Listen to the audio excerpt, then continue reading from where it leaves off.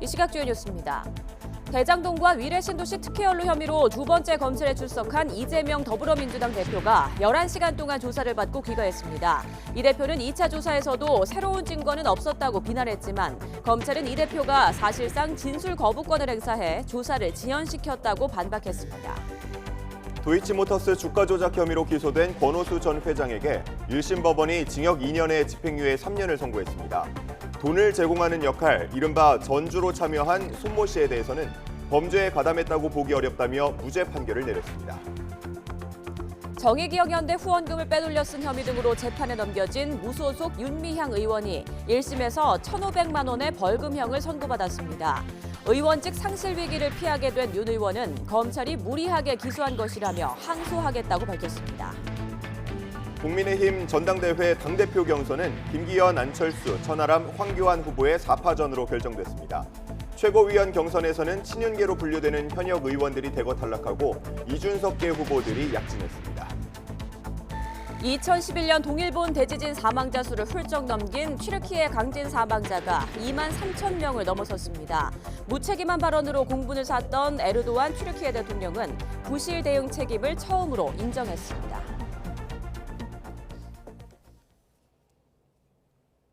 시청자 여러분 안녕하십니까? 굿모닝 YTN 시작합니다.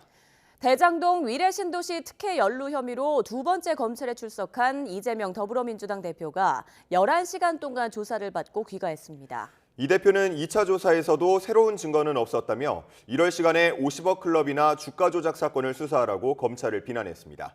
나혜인 기자입니다. 첫 조사 때처럼 심야 조사를 거부하고 11시간 만에 검찰청사를 나온 이재명 대표는 검찰이 자신을 왜 다시 불렀는지 모르겠다고 했습니다. 왜 다시 불렀나 의심이 될 정도였습니다. 그렇다고 새로이 제시되는 증거도 없고 검찰에 포획된 대장동 관련자들의 번복된 진술 말고는 아무런 근거를 찾을 수가 없었습니다. 국민이 맡긴 권력을 이런 식으로 특정 정치 권력을 위해 쓰는 건 매우 부당하다며 보복 수사라는 입장을 고수했습니다. 정말 이럴 시간에 50억 클럽을 수사하든지 전세 사기범을 잡든지 주가 조작 사건을 조사하든지 그렇게 하는 것이 정말 진정한 검찰의 역할이다. 자신을 또 부를지는 검찰에 물어보라는 말을 남기고 떠난 이 대표는 청사 앞에서 종일 기다린 지지자들에게 고개 숙여 인사하고 귀가했습니다. 검찰은 이번 조사에서도 200쪽 넘게 준비한 질문지를 모두 소화하지 못한 것으로 전해졌습니다. 이 대표는 검찰이 이번에도 단어의 의미나 문장의 해석, 사실이 아닌 의견을 묻는 경우가 많았다고 했습니다. 하지만 검찰은 이 대표의 기존 발언이나 서면 진술서 내용과 배치되는 증거를 제시하며 의견이 아닌 사실을 확인한 거라고 반박했습니다. 조사가 지연된 것도 사실상 진술 거부권을 행사하며 신경질적으로 갖가지 이의를 제기한 이 대표 탓이 크다고 날을 세웠습니다. 이 대표는 첫 조사 때보다 1시간쯤 늦게 출석했지만 포토라인에 선 시간은 2배 넘게 길었습니다. 2,000자에 육박하는 입장문을 10분 가까이 읽어내려가며 윤석열 정권이 민생을 외면하고 정적 죽이기에 혈안이 돼 있다고 강도 높게 비판했습니다. 민생에는 무심한 정권이 정치검찰을 총동원해서 정적 죽이기, 전 정권 지우기에 칼춤을 추는 동안에 2차 조사에서도 검찰청사 밖은 이 대표 지지자들과 보수단체의 새 대결로 종일 떠들썩했습니다. YTN 나힌입니다. 이번 검찰 조사에서도 이재명 대표는 검찰의 창작 재료로 쓰일 뿐이라며 구체적 답변을 거부했습니다. 검찰은 이 대표의 진술 태도 등을 고려해 추가 소환 없이 구속영장 청구 절차를 밟을 거란 관측이 나옵니다. 김다연 기자가 보도합니다. 이재명 민주당 대표는 이번 대장동 의혹 2차 조사에서도 사실상 입을 닫았습니다. 1차 때 낸 서면 진술서를 재탕했는데 그 이유에 대해선 자신이 말해봤자 검찰이 맘대로 갖다 붙일 거라고 답했습니다. 제가 하는 모든 진술은 검찰의 조작과 창작의 재료가 될 것입니다. 검찰이 창작 소재를 만들기 위해서 하는 질문들에 대해서는 진술서에 진술로 대신하겠다는 말씀을 다시 한번 드립니다. 두 번째 조사는 대장동이나 위례신도시 개발 과정에서의 민간업자 특혜와 배임 혐의 등 1차 조사에서 확인하지 못한 부분뿐만 아니라 이 대표 측근인 김용 정진상에 대한 추궁도 이뤄졌습니다. 검찰은 이 대표 측근이 대장동 일당에게서 천화동인 1호 배당금 일부를 받기로 했다는 428억 원 약정 의혹이나 실제로 건네받았다는 뇌물과 불법 대선자금 수억 원 등 광범위한 신문을 이어갔습니다. 이 대표는 앞서 낸 33쪽짜리 진술서에서 언론에 보도나기 전까지 그 존재 자체도 몰랐다며 천화동인 1호에 대한 입장은 어느 정도 밝혔지만 측근의 비리 의혹에 대해선 언급하지 않았습니다. 그런 사실을 전혀 알지 못하기 때문에 굳이 적을 이유가 없었다는 취지인데 검찰은 진술서에 담기지 않은 부분을 집요하게 캐물은 거로 전해졌습니다. 검찰은 추가 소환 가능성을 완전히 닫아두진 않았지만 대장동 의혹과 관련해선 이번을 사실상 마지막 조사로 보고 준비해왔습니다. 진실 규명 차원에서라도 구체적 답변을 해달란 당부에도 형식적 대답밖에 듣지 못한 검찰로서 다음 단계를 생각할 수밖에 없습니다. 검찰은 구속영장 청구 가능성에 대해선 진술 태도 등 조사 과정 전반에 대한 종합적 검토가 필요하다는 입장으로 앞서 조사가 끝난 성남FC 사건과 묶어 청구하는 방안도 검토되는 것으로 알려졌습니다. 다만 검찰이 대장동과 유사 구조 사업이라고 규정한 백현동이나 정자동 개발 특혜 의혹까지 본격적인 수사 궤도에 오른다면 당시 최종 결재권자였던 이 대표가 한두 달 안에 또 풀려나올 거란 전망도 나옵니다.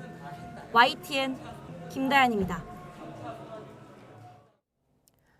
도이치모터스 주가를 조작한 혐의로 기소된 권오수 전 회장이 1심에서 유죄를 선고받았습니다. 서울중앙지방법원은 자본시장법 위반 혐의로 기소된 권 전 회장에게 징역 2년에 집행유예 3년과 벌금 3억 원을 선고했습니다. 또 주가 조작 선수로 활동한 이모 씨에게는 징역 2년과 벌금 5천만 원을, 김모 씨에게는 각각 징역 2년에 집행유예 3년, 벌금 2억 원을 선고했습니다. 조작에 가담한 증권사 직원 등 4명도 각각 징역형의 집행유예가 선고됐고 전주 역할을 한 손모 씨는 범죄 사실이 증명되지 않았다며 무죄 판결이 내려졌습니다. 네, 이번 선고가 관심을 끈 데는 김건희 여사가 이른바 전주로 주가 조작에 가담했다는 의혹으로 수사를 받고 있기 때문인데요. 이번 판결이 김 여사 의혹에 대한 향후 수사에 어떤 영향을 미칠지 임성호 기자가 짚어봤습니다. 권오수 전 회장 일당이 주가 조작을 한 기간은 2009년 12월부터 2012년 12월까지 3년 동안입니다. 검찰 수사 단계부터 2021년 10월 이들을 재판에 넘길 때까지 10년인 공소시효가 쟁점이 됐습니다. 검찰은 장기간 이어진 하나의 범죄로 범행이 종료된 시점을 기준으로 해야 하는 만큼 모두 공소시효가 살아있다고 주장했지만 재판부는 이를 받아들이지 않았습니다. 2009년 12월부터 이듬해 10월까지의 주가 조작 선수와 이후 단계의 주가 조작 선수가 달라진 만큼 한 범죄로 볼 수 없다고 판단했습니다. 그러면서 2010년 10월 이전 주가 조작 선수 이모 씨의 범행은 공소시효가 지났다며 면소로 판결했습니다. 특히 이 씨는 윤석열 대통령의 부인 김건희 여사의 계좌를 맡아 관리하면서 주가 조작에 이용한 것으로 조사된 인물입니다. 1심 판결이 확정되면 해당 기간 김 여사가 이 씨에게 단순히 계좌만 맡긴 게 아니라 시세 조정에 깊게 개입했다고 해도 죄를 물을 수는 없는 겁니다. 돈을 빼고 그 사람하고는 절연을 했습니다. 저희 집사람 오히려 손해보고 그냥 나왔습니다. 그것도 2010년입니다. 하지만 김 여사는 공소시효가 유효한 것으로 인정된 2010년 10월부터 2011년 1월 사이에도 도이치모터스 주식을 수십억 원어치 매매해서 수억 원의 이익을 거둔 것으로 파악됐습니다. 주가 조작 일당과 무관한 개인적 거래였다는 것이 김 여사 측의 입장이지만 의혹이 말끔히 정리된 것은 아닌 상황인 겁니다. 다만 권 전 회장의 공범으로 기소된 이른바 전주 손모 씨에게 무죄가 선고됐다는 점에서 검찰의 수사 동력이 약해졌다는 분석도 나옵니다. 재판부는 손 씨가 주가 조작에 편승해 이익을 얻으려는 의도가 있는 것으로 보인다면서도 공범임을 입증할 증거는 부족하다고 판시했습니다. 법조계에서도 김 여사의 혐의를 입증하기가 한층 까다로워졌다는 분석이 나옵니다. 이에 대해 검찰은 해당 의혹과 관련해 실체적 진실을 규명하기 위해 계속 수사 중이라고만 밝혔습니다. YTN 임성호입니다. 대통령실은 이번 도이치모터스 1심 선고를 통해 김건희 여사가 전주로서 주가 조작에 관여했다는 민주당 주장이 깨졌다고 비판했습니다. 가짜뉴스로 김 여사를 스토킹했다는 언급까지 하면서 맹공을 퍼부었지만 민주당은 특검 추진을 공식화했습니다. 조은지 기자입니다. 대통령실이 가장 주목한 건 이른바 전주에 대한 무죄 선고 부분입니다. 1심 판결이 나온 뒤낸 입장문에서 큰 규모로 거래한 손모 씨에 대해 재판부가 무죄를 선고했다면서 김건희 여사가 전주로 주가 조작에 관여했다는 더불어민주당의 주장이 깨졌다고 강조했습니다. 또 김 여사 계좌로 1인 매매했던 이모 씨는 공소시효가 지나 면소 판결을 받았다며 공소시효가 남았다는 민주당 주장 역시 사실이 아님이 명백히 드러났다고 밝혔습니다. 대통령실은 이미 종결됐던 이 사건을 조국 전 장관 수사가 진행되자 민주당 최강욱 의원이 2020년 다시 꺼내 고발한 거라며 이후 민주당은 논평 등을 통해 지난 3년간 270차례 넘게 주가 조작이란 악의적 프레임을 퍼뜨려 스토킹 지적까지 나왔다고 비판했습니다. 대통령실은 앞으로도 대통령과 가족에 대한 가짜뉴스에는 법과 원칙에 따라 대응하겠다고 경고했습니다. 국민의힘은 문재인 정권의 친문 검찰이 김 여사를 탈탈 털었지만 기소조차 못했다면서 막가파식 스토킹 행태를 멈추라고 공격했습니다. 김건희 여사 주가 조작 거짓 프레임은 산산이 부서졌습니다. 민주당은 이제 김건희 여사를 스토킹하는 것을 중단해야 합니다. 반면 민주당은 권오수 전 도이치모터스 회장의 유죄 판결에 집중하며 김 여사 특검 추진을 공식화했습니다.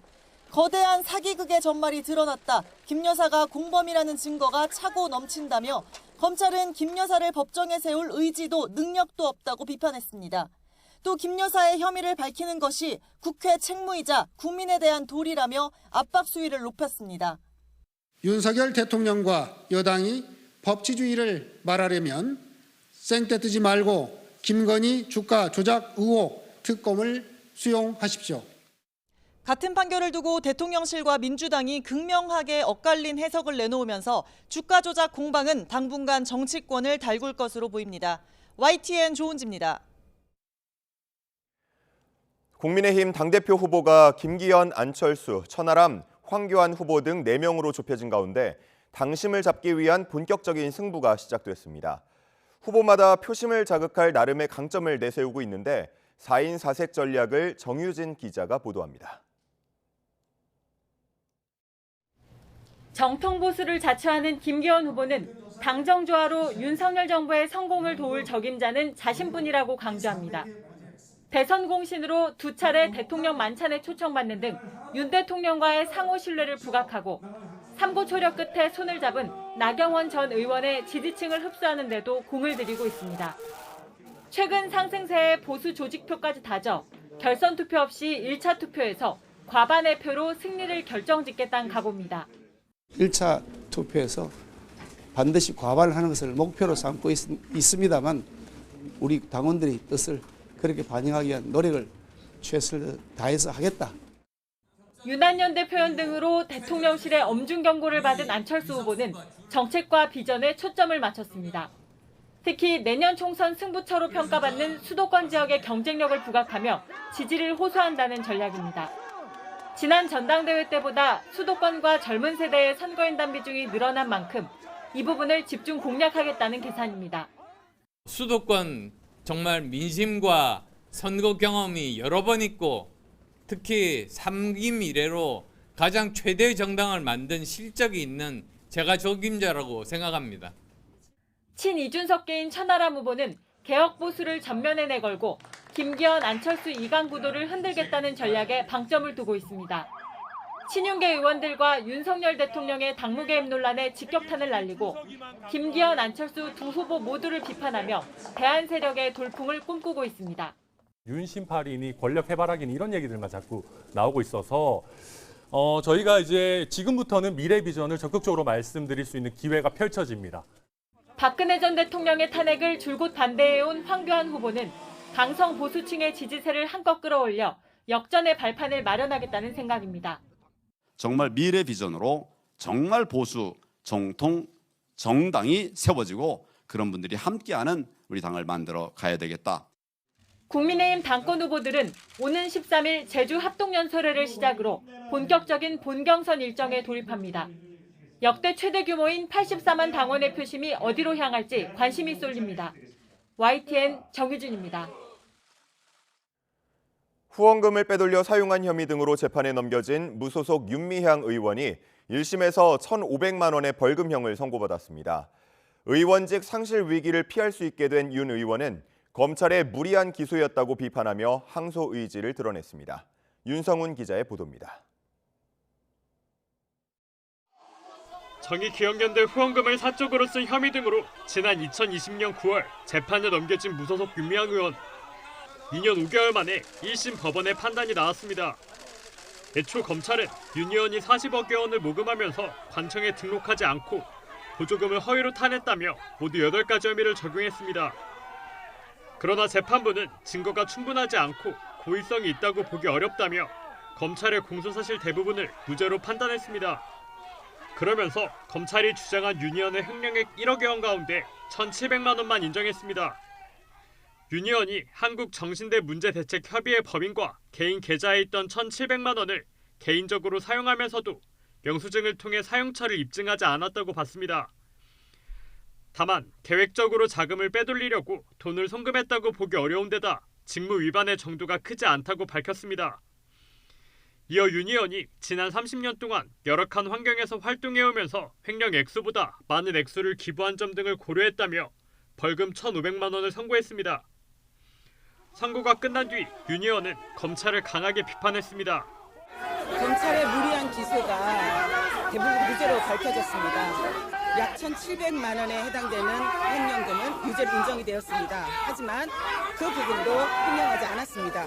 남은 항소심 절차를 통해서 그 부분도 충분히 소명해 나갈 것입니다. 국회의원은 일반 형사사건으로 금고 이상의 형을 확정받으면 의원직을 내려놔야 합니다. 따라서 윤 의원은 1심의 벌금형 판결이 확정되면 의원직을 유지할 수 있게 됩니다. YTN 윤성훈입니다. 프로포폴 상습 투약 혐의를 받는 배우 유아인이 국립과학수사연구원의 마약 정밀 검사에서 대마 양성 반응을 보인 것으로 확인됐습니다. 서울경찰청 마약범죄수사대는 국립과학수사연구원에 의뢰한 유아인의 소변 검사 결과에서 대마 양성 반응이 나온 걸 확인하고 수사 범위를 넓혔습니다. 통상 최근 2주일 내에 대마를 피운 경우 마약 정밀 검사에서 양성 반응이 나오는 것으로 전해집니다. 인천에 있는 집에서 온몸에 멍이 든 채 숨진 12살 초등학생의 부모가 모두 구속됐습니다. 인천지방법원은 아이를 학대해 숨지게 한 혐의로 의붓어머니 42살 A씨와 아들을 상습적으로 학대한 혐의 등으로 친아버지 39살 B씨에 대한 구속영장을 발부했습니다. 앞서 구속 전 피의자 신문을 위해 법원에 출석한 친아버지는 숨진 아들에게 미안하다면서도 아내가 아들을 때리는 모습은 본 적이 있을 뿐 본인은 때린 적이 없다고 주장했습니다.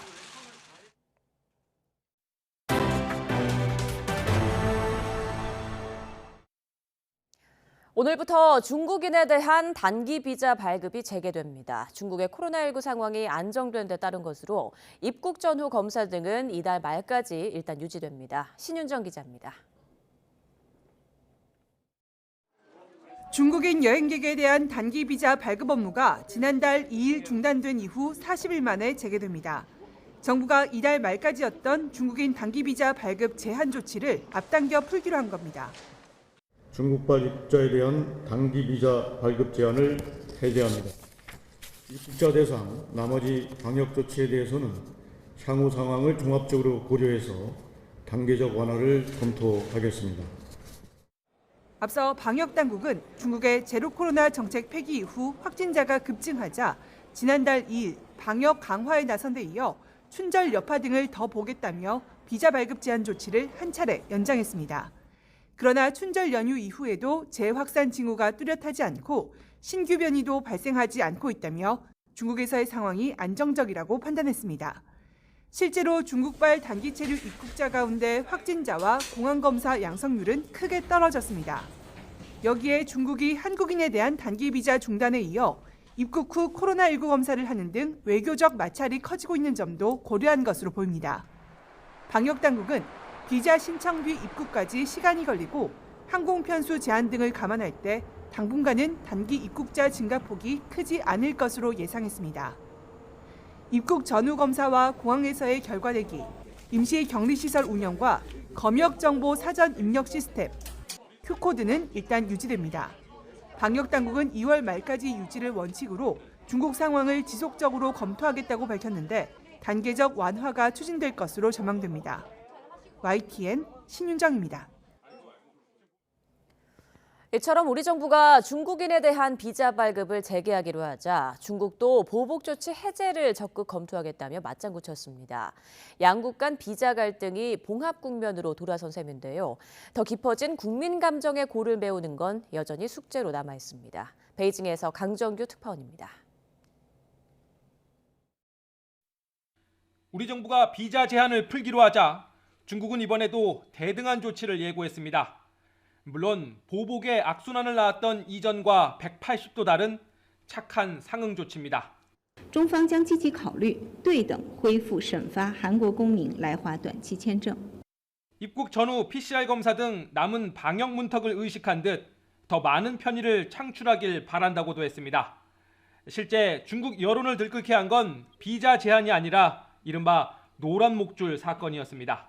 中国人入境韩国被公开歧视、差异对待，一下飞机就必须在脖子上挂上黄牌。 최근 중국 다롄공항은 한국인들에게 비슷한 비표를 나눠주는 뒤끝을 보여주기도 했습니다. 입국 제한이 풀려도 한국에 놀러 갈 일 없다는 식의 냉담한 반응이 나오는 배경입니다. 우리 국민 감정도 나쁘긴 마찬가지입니다. 지난 3년 최장 54일에 달하는 입국 격리를 강제해왔던 중국이 정작 다른 나라의 방역 정책을 존중하지 않는 태도 때문입니다. 중국 관광객들이 많아졌는데 그래서 다시 코로나가 조금 다시 유행할까 봐 걱정스럽긴 해요. 한 중국인이 우리 정부의 입국 제한 조치를 무시하고 도주한 사건도 악영향을 주었습니다. 태국 경찰에 뇌물을 주고 특급 의전을 받았다며 자랑한 중국 여행객의 사례도 거부감을 키우고 있습니다.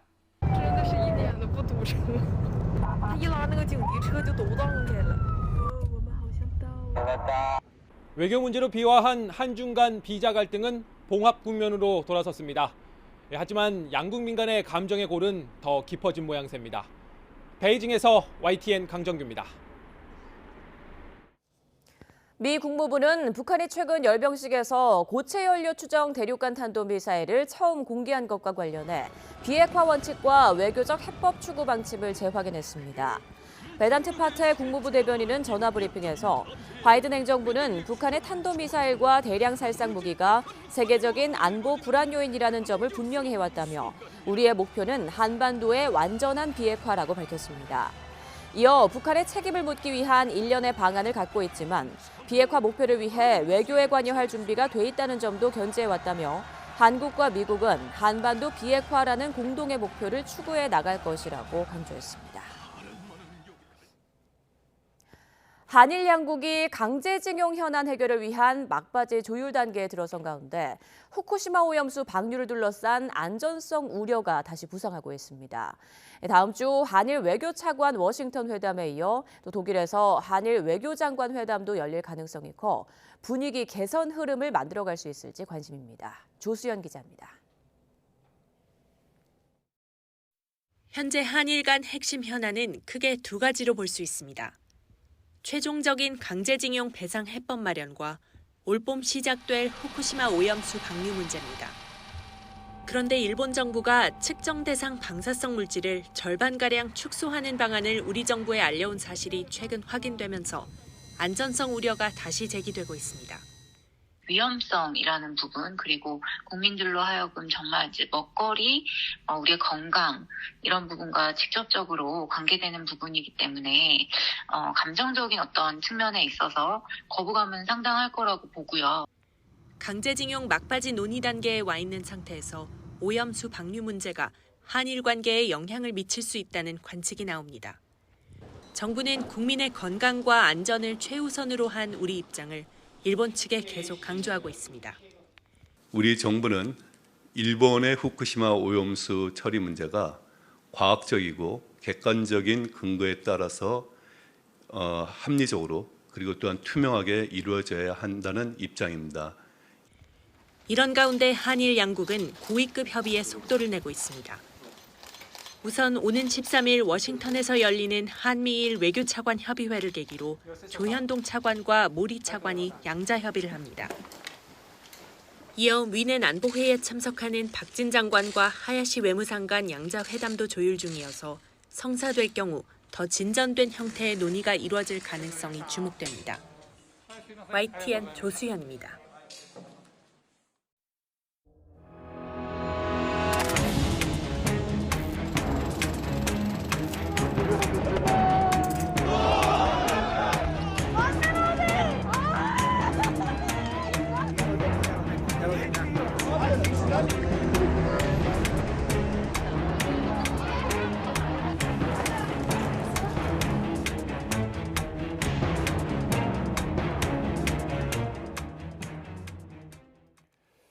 (21세기) 7번째 최악의 참사로 기록된 이번 강진의 사망자가 2만 3천 명을 넘어섰습니다.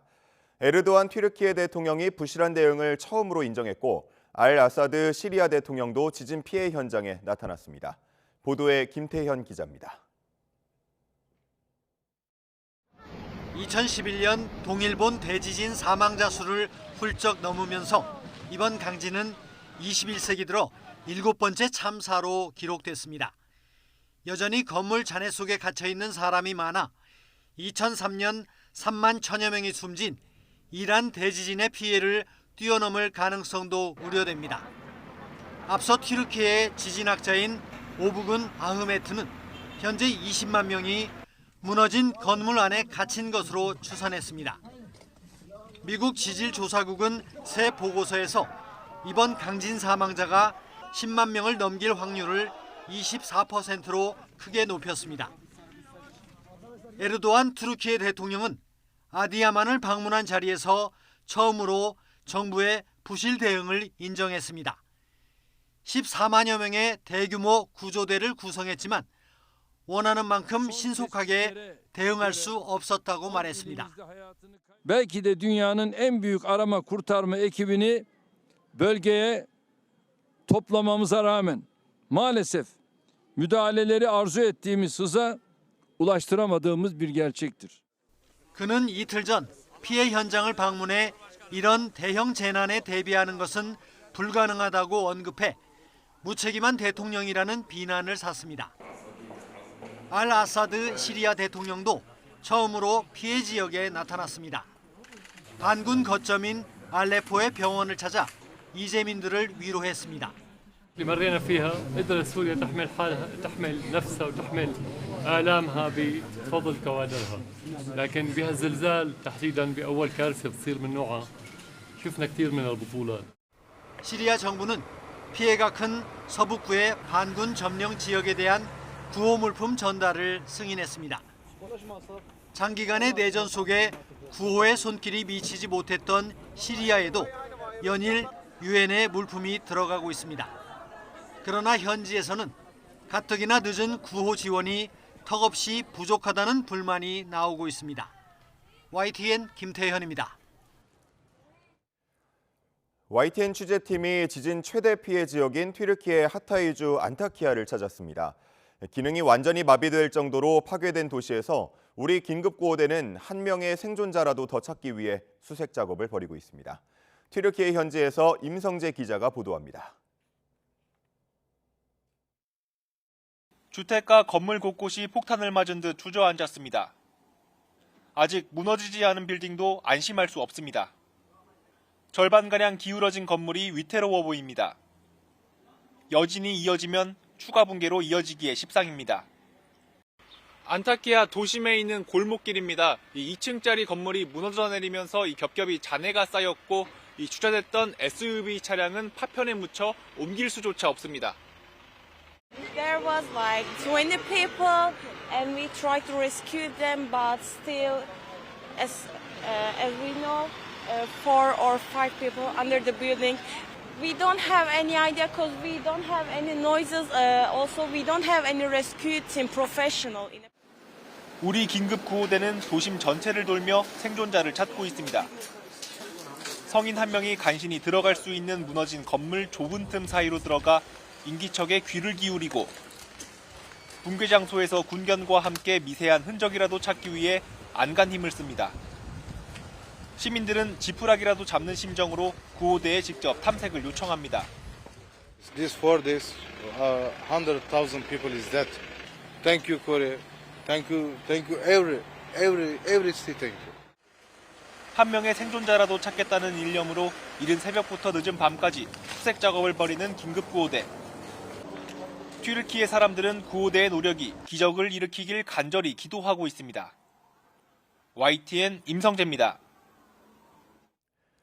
경기도에 있는 한 아파트에서 주민들이 튀르키예 지진 피해자들을 위해 구호 물품을 모으는 캠페인을 진행했습니다.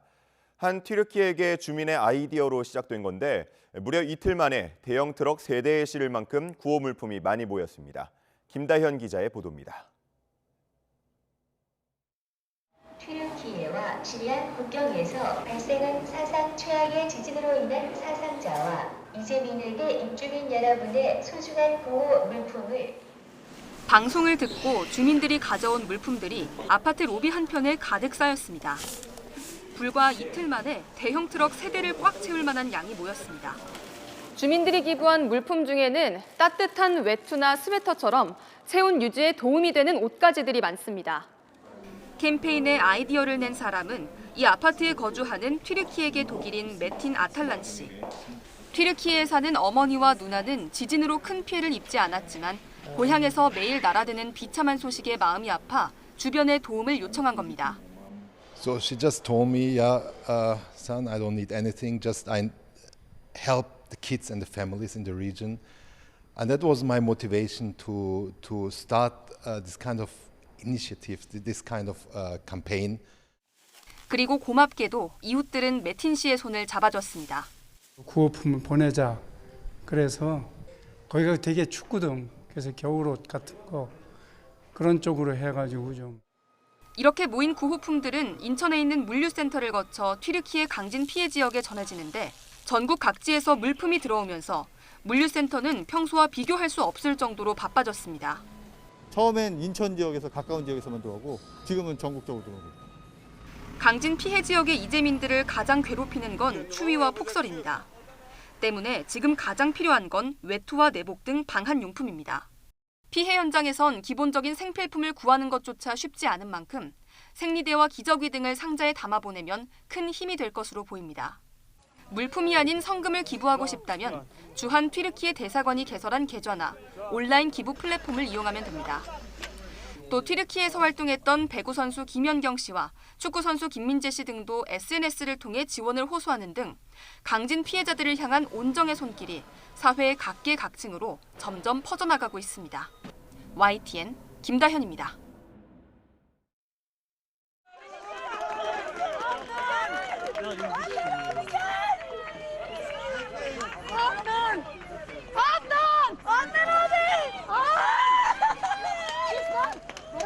Anneciğim, anne, kurbanım anne,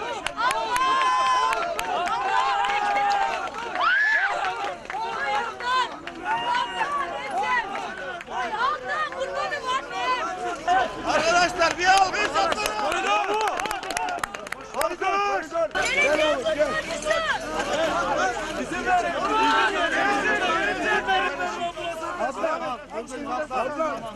Devam et, devam et.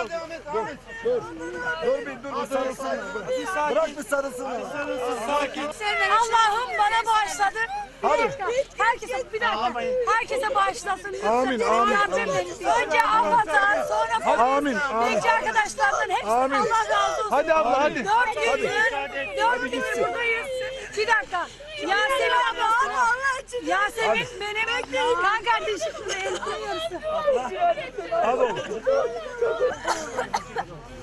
Benim senin gibi oğlum var. Yakışıklı oğlum var. Ben yemin ederim 4 gün boyunca uyumadım. Zorlama çocuğu. Adnan ne? Tamam arkadaşlar boşaltalım. Yasemin abla. Seni çok seviyorum. Tamam. Yeter abla. Senin abla alıyoruz abla. Arkadaşlar. Anneciğim emanetin. Ablanın beni biliyorsun değil mi abla? Allah'ım hadi bana ver. Telefonu hiçbir şey olmaz. Tamam mı? Emanetini verdim gidiyorum. Misin? Nasıldı? Nasıl hayatta kaldın? Ece futbolcusu ya. Sen fönme bile uzanma. Tuvaletimi, kendi tuvaletimi yaptım, tuvaletimi içtim. Hayatta kalmak için. Şöyle bir şey yapalım. Böyle hayatta durabildim yani Rabbimin sayesinde. Ne hissettin aşağıda?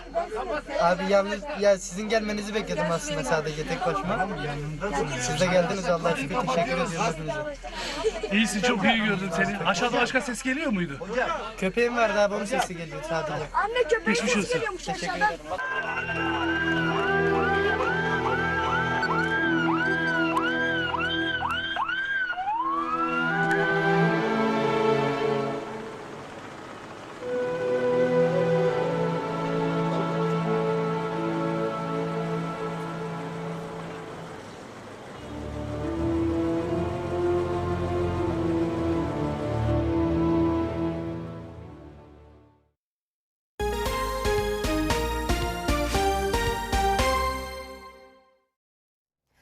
네, 앞으로 수도권을 제외한 시도지사의 그린벨트 해제 권한이 기존보다 3배 넘게 늘어납니다.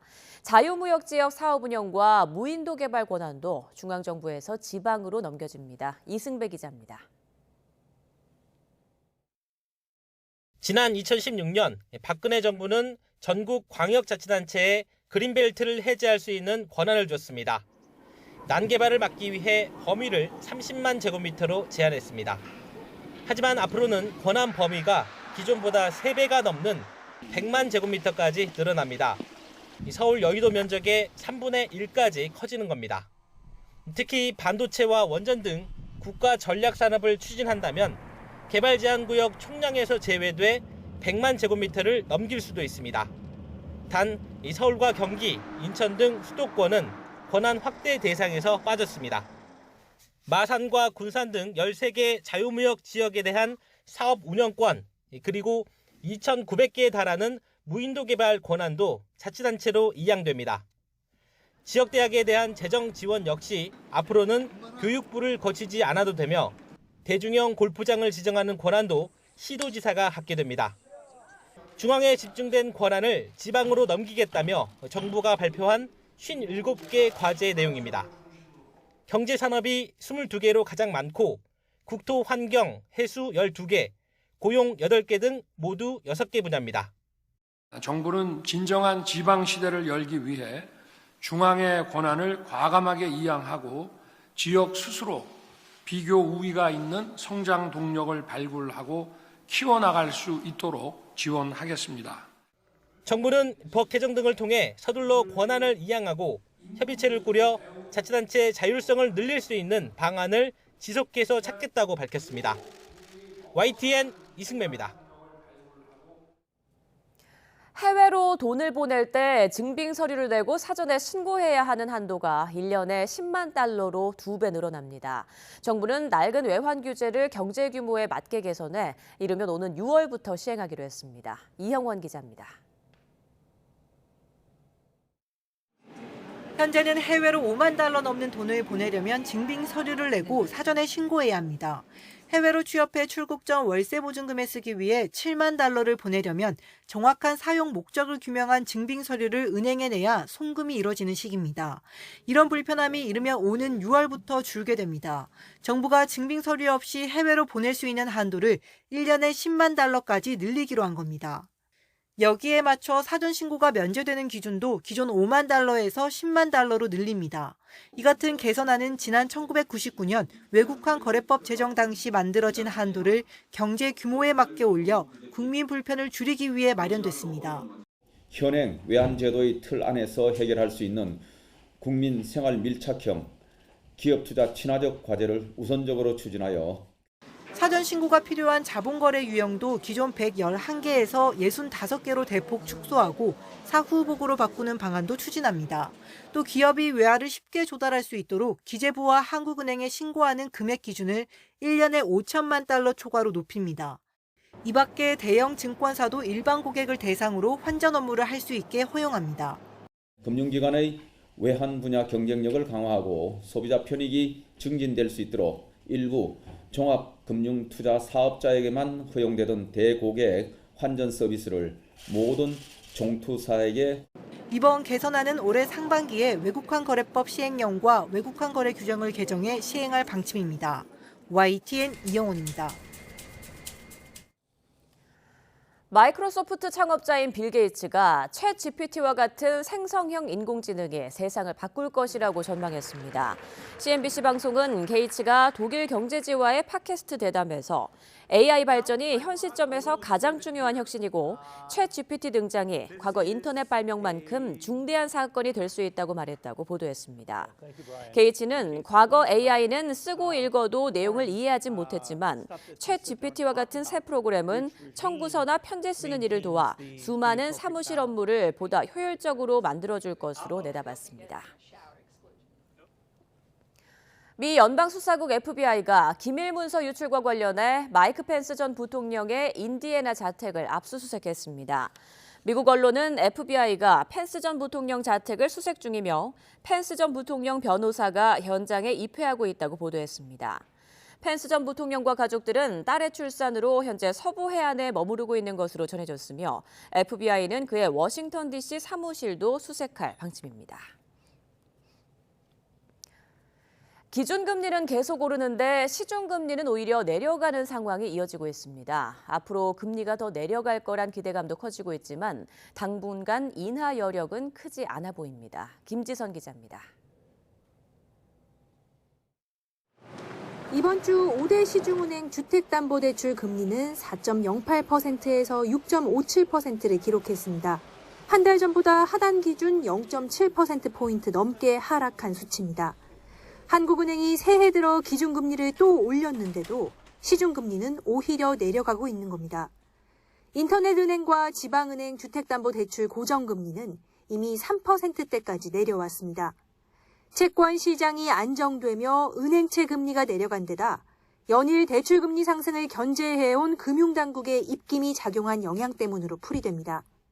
상승의 속도라든가 폭이 너무 빠르기 때문에 지나친 충격을 어떻게 완화할 수 있는가를 그런 고민하는 것이고 변동성을 초래하는 부분이 있기 때문에 그런 점에 대해서 조금 더 우리 정책적 방향과 공감대를 이뤄줬으면 하는. 금리가 더 내려갈 수 있다는 기대감에 금리 선택에 대한 고민도 커지고 있습니다. 지난해 12월 기준 신규 가계대출 가운데 고정금리를 선택한 비율은 43.2%. 금리가 가파르게 오른 데다 고정금리가 변동금리보다 낮게 형성되면서 갈아탄 경우가 적지 않은데 이제는 다시 변동금리를 고민해야 하는 겁니다. 하지만 당분간 금리가 더 큰 폭으로 내려가기는 쉽지 않다는 분석이 지배적입니다. 이미 기준금리에 근접해 추가 인하 여력이 높지 않은 데다 여전히 높은 물가 상승률을 고려할 때 올해는 고금리 기조가 유지될 거로 예상되기 때문입니다. 올해 연말이나 내년 초가 되어야 기준금리가 인하될 수도 있지 않겠냐는 전망들이 나오고 있습니다. 그래서 올해까지는 현재 금리가 더 낮은 상품을 선택하시고 금리 추세를 지켜보시는 것도 하나의 선택지가 될 것 같습니다. 다만 새롭게 출시되는 정책형 금융상품의 금리는 더 내려갈 수 있어 조건에 해당하는지 꼼꼼히 확인할 필요가 있어 보입니다. YTN 김지선입니다. 코로나19 위기를 겨우 견뎌낸 화훼 농가가 급등한 겨울철 난방비와 전기료로 직격탄을 맞고 있습니다.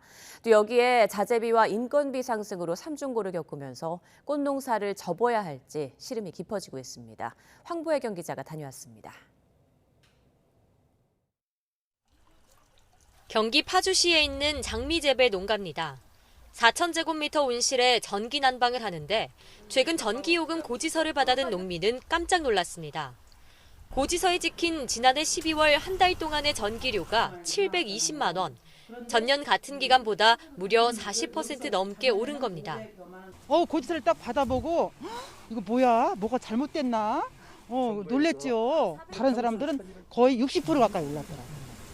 이곳 장미온실안은 겨울철에도 늘 20도 이상을 유지해야 합니다. 난방비를 조금이라도 아껴보려고 얼마 전 농가는 대출금 2천만 원을 들여 보온용 커튼을 추가로 설치했습니다.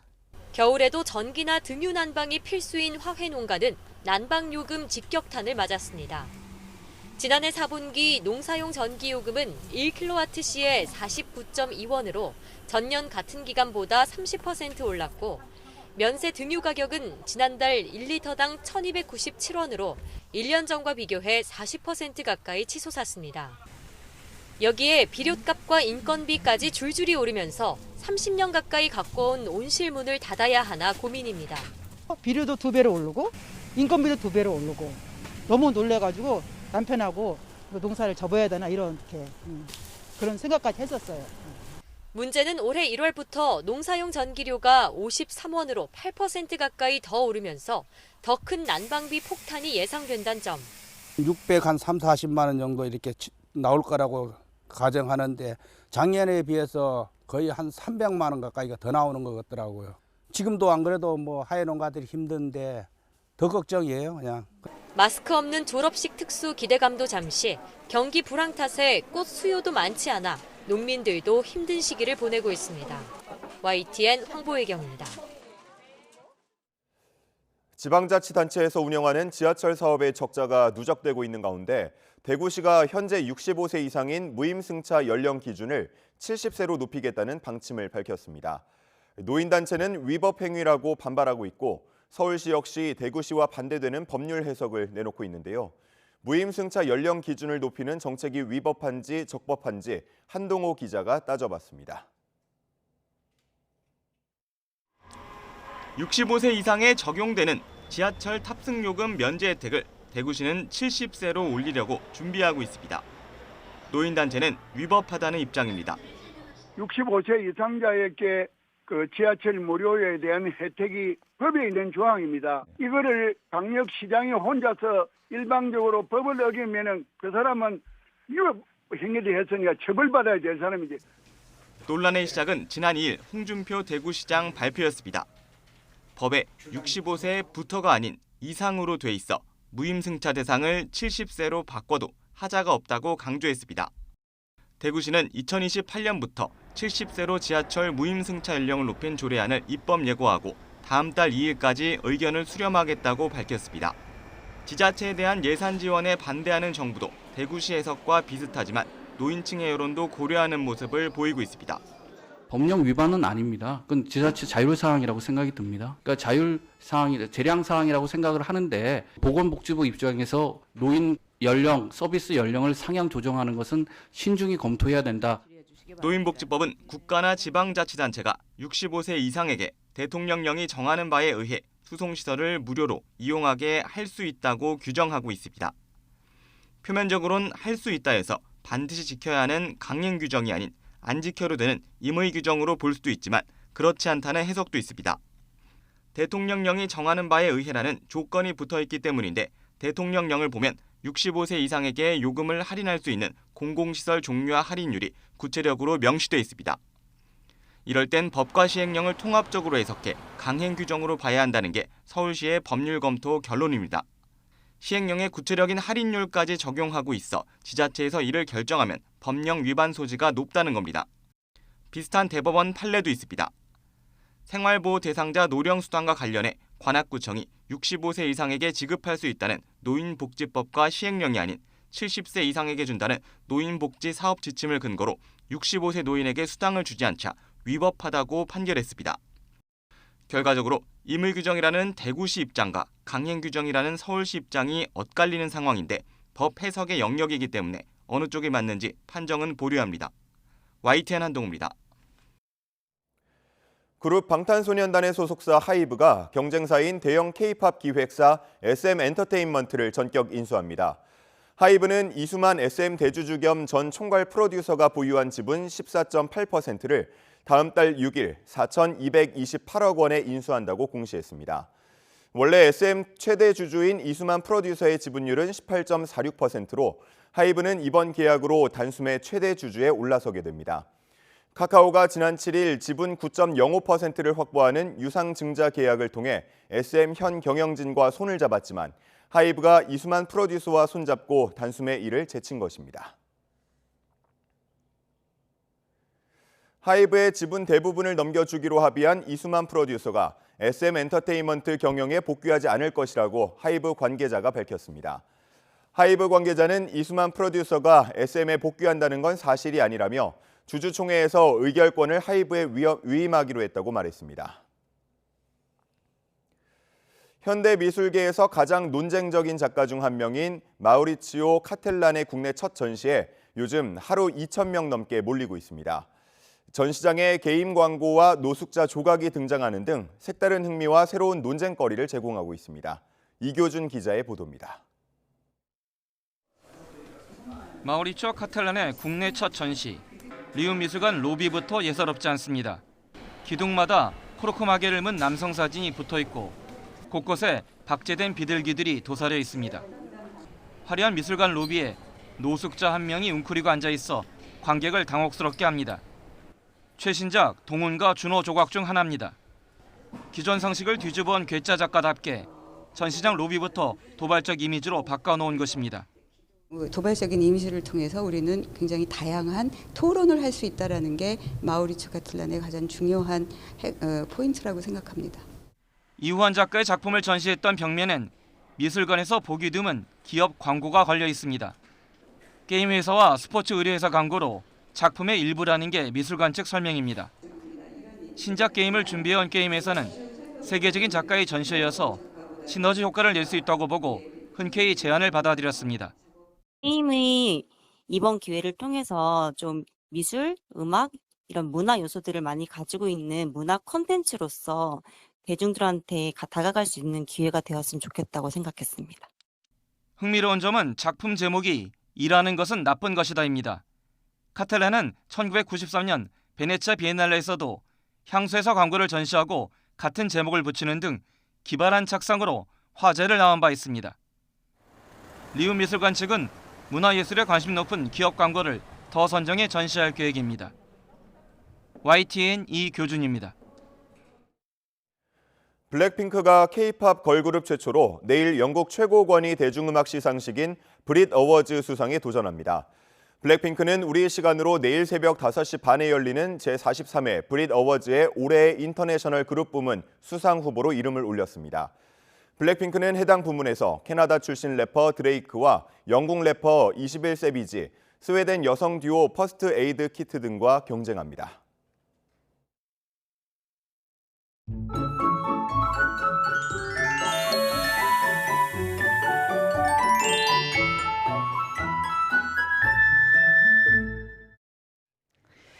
이른 아침 안개가 심합니다. 현재 안성과 천안의 가시거리가 100m, 그 밖의 지방도 한치 앞도 내다보기 힘드니까요. 차간 거리 넉넉히 유지해 주시길 바랍니다. 이 미세먼지도 문제입니다. 오늘 경기 남부와 충북, 대구는 종일 나쁨, 서울 등 서쪽 지방도 오전과 밤에 일시적으로 공기가 탁할 것으로 보입니다. 오늘 오전까지 전국적으로 안개가 짙게 끼겠고요. 오후부터 제주도에만 빗방울 정도 예상됩니다. 현재 기온 살펴봅니다. 현재 서울이 영하 0.9도고요. 낮에는 서울이 7도, 춘천도 7도, 광주와 여수가 11도, 부산은 13도 예상됩니다. 내일은 남부지방에 그리고 영동지방은 다음 주 중반까지 눈이 길게 내릴 전망입니다. 날씨였습니다. 네, 굿모닝 YTN 1부 마칩니다. 잠시 후 2부에서 뵙겠습니다.